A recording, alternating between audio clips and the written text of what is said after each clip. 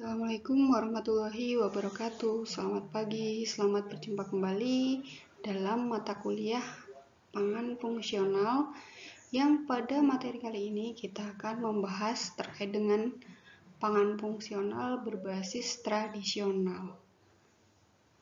Baik, sebelum kita memasuki ke materi lebih dalam terkait dengan pangan tradisional, apabila nanti ada hal-hal yang kurang paham atau kurang jelas, bisa ditanyakan melalui grup WhatsApp kelas kita ya. Baik. Terkait dengan pangan tradisional, bahwa sejak zaman dahulu nenek moyang bangsa Indonesia telah memanfaatkan sumber daya alam untuk memenuhi kebutuhannya, baik dalam segi pangan ataupun kesehatan. Nah, di sini yang dimaksud dengan pangan tradisional adalah makanan dan minuman yang dibuat dengan menggunakan resep nenek moyang yang diwariskan dari generasi ke generasi dengan menggunakan bahan lokal di sekitarnya. Di sini ada beberapa contoh dari pangan tradisional, yaitu ada madu, ada tempe, ada jamu-jamuan. Nah, kemudian di sini ada macam-macam bahan fungsional, diantaranya ada asam, ada kunyit, ada kencur, terus ada bawang merah. Nah, ini merupakan beberapa contoh dari bahan fungsional. Kemajuan iptek yang ditunjang dengan industri pangan dan farmasi yang pesat telah dapat membuktikan secara ilmiah bahwa bahan pangan yang dipercaya dan diyakini oleh nenek moyang ternyata juga bermanfaat untuk meningkatkan kesehatan dan pengobatan. Sebagian besar senyawa bioaktif yang terkandung dalam bahan-bahan tersebut telah dapat diidentifikasi dan diisolasi. Terkait dengan pangan fungsional berbasis pangan tradisional. Pangan tradisional itu bisa dijadikan pangan fungsional. Nah, pengembangan pangan tradisional menjadi pangan fungsional itu mengacu pada food habit atau kebiasaan makan.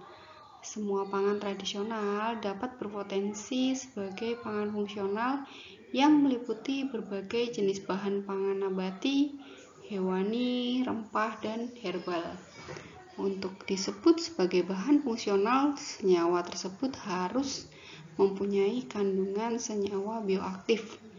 Nah, misalkan ada antimikroba, antioksidan, dan anti kanker, anti-inflamasi, dan lain sebagainya. Untuk pengembangan pangan tradisional dengan cara peningkatan mutu dan keamanannya, maka harus mengacu pada food habit atau kebiasaan makan, yaitu yang pertama adalah hal-hal baru akan diterima jika ada kesamaan dengan ciri yang sudah ada.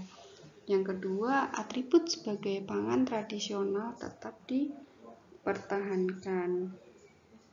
Sedangkan untuk dapat meningkatkan kualitas, keamanan, dan prestis pangan tradisional dapat dilakukan dengan cara memilih bahan baku yang baik, memilih bahan tambahan pangan yang aman, penanganan dengan higienis, penyajian atau penampilan yang menarik, termasuk dengan kemasannya.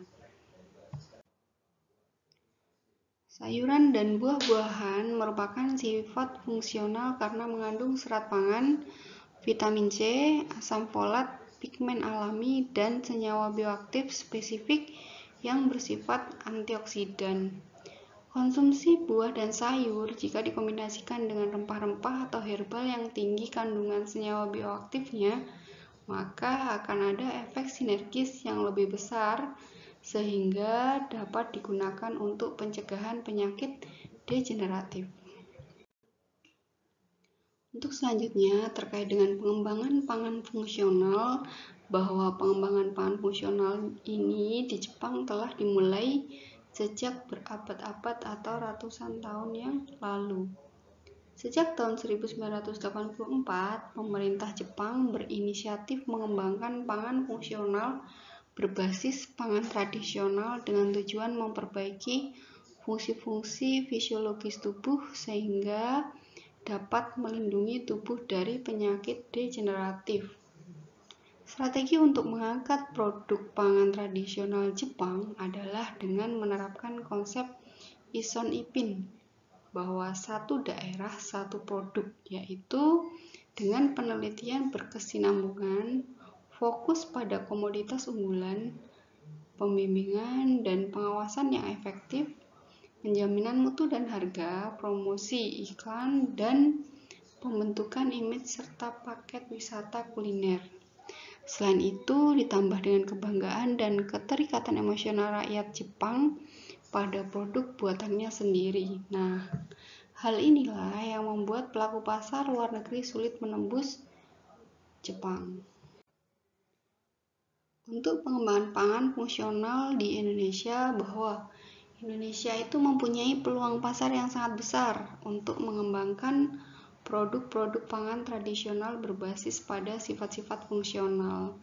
Produk pangan yang dikembangkan sebagai pangan fungsional sebaiknya merupakan produk pangan yang telah sejak lama dikonsumsi secara turun-temurun dan secara epidemiologis maupun penelitian telah terbukti bermanfaat bagi kesehatan. Contohnya, tempe dan cincau hitam telah terbukti mengandung senyawa bioaktif yang bermanfaat baik untuk kesehatan dan terapi beberapa penyakit degeneratif. Usaha untuk mengembangkan pangan fungsional berbasis pangan tradisional dapat dimulai dengan menggalang kerjasama dengan berbagai pihak yang terkait.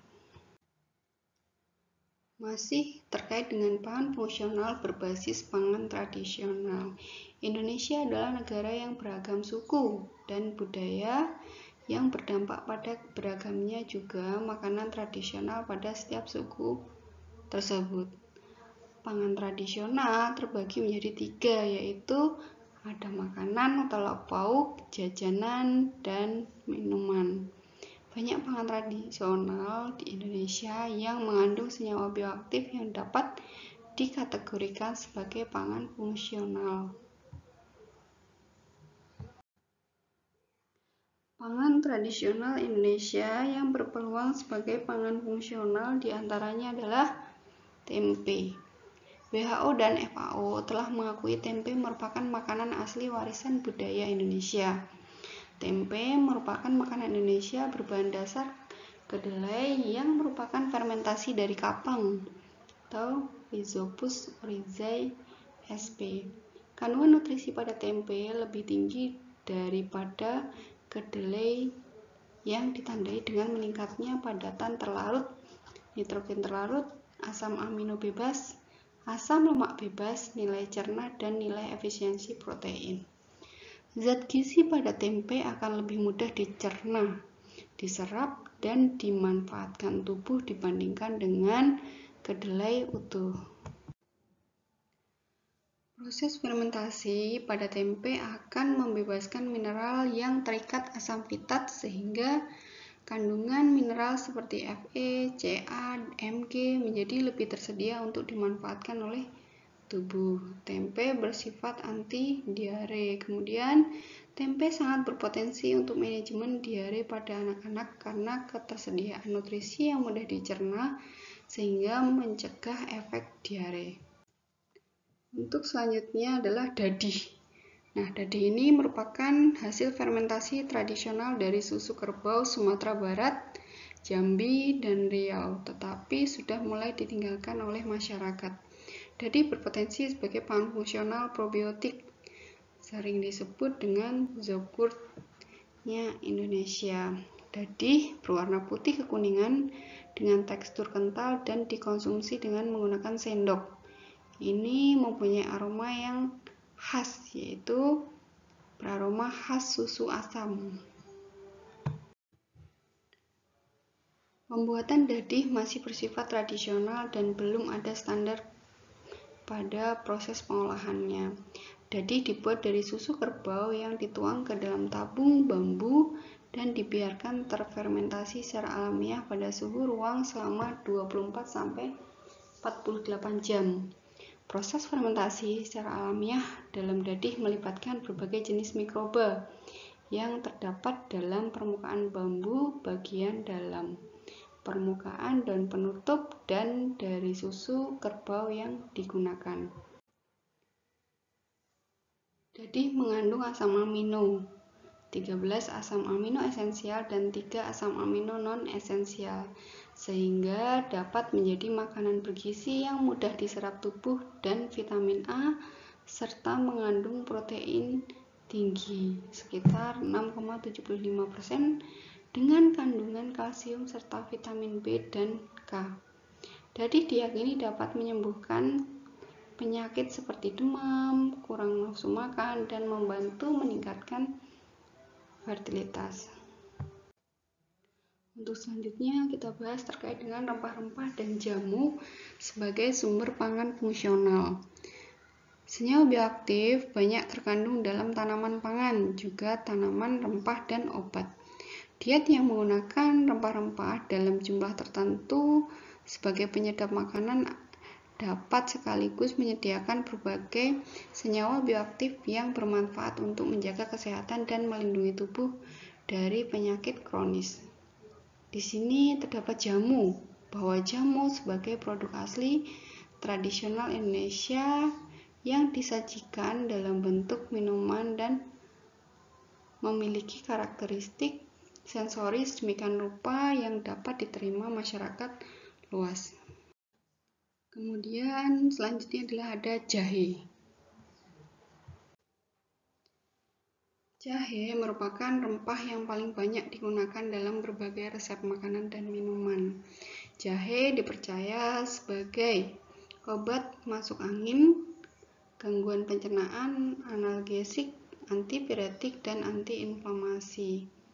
Di sini juga ada beberapa senyawa utama pada jahe, gingerol, sogol, dan gingeron yang mempunyai aktivitas antioksidan lebih tinggi dibandingkan vitamin E.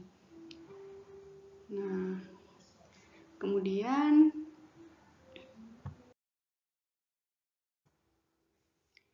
ekstrak jahe dapat memacu proliferasi sel limfosit dan menekan sel limfosit yang mati serta dapat meningkatkan aktivitas gaussitas makrofag.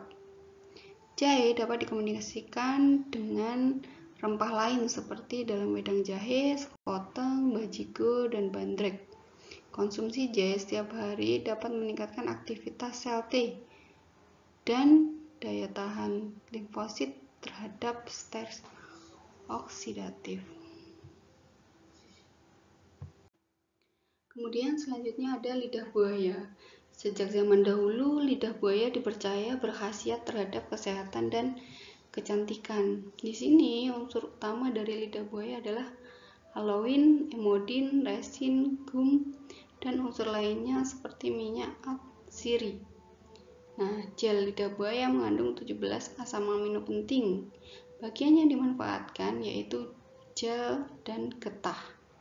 Lidah buaya dimanfaatkan untuk mengatasi luka bakar, panas dalam, asam urat, penyakit kulit, dan obat pencahar. Lidah buaya dipercaya dapat membuat rambut lebih indah dan kulit menjadi lebih halus. Gel lidah buaya terbukti dapat menurunkan kadar gula darah pada penderita diabetes. Beberapa produk olahan lidah buaya telah terdapat di BPOM RI. Selanjutnya ada mengkudu yang disebut juga dengan buah pace. Buah mengkudu mengandung senyawa bioaktif dan senyawa gizi yang beragam seperti vitamin A, C, niacin, tiamin, riboflavin, serta mineral. Senyawa bioaktif dalam mengkudu adalah terpen, akubin, lasperulosid, alizarin. Nah, kelemahan buah mengkudu ini adalah baunya yang tidak sedap karena asam kaproat dan kaprilat. Mengkudu paling lebih enak untuk dinikmati itu dijadikan dengan jus ya. Dijadikan jus Jus mengkudu mempunyai efek analgesik dan sedatif. Sifat analgesik dari ekstrak mengkudu jika dibandingkan dengan morfin mencapai 75%, tetapi belum ada laporan yang menyatakan adanya pengaruh ketergantungan dan efek sampingnya. Kemudian pada hewan uji, jus mengkudu dapat membuat hewan uji lebih toleran terhadap rasa sakit. Kemudian jus mengkudu dapat menekan pertumbuhan kanker dan berfungsi sebagai imunomodulator yang mempunyai efek anti kanker karena mengandung substansi kaya polisakarida yang menghambat pertumbuhan tumor. Sekian dari saya, terima kasih banyak atas kerjasamanya. Saya akhiri, wassalamualaikum warahmatullahi wabarakatuh.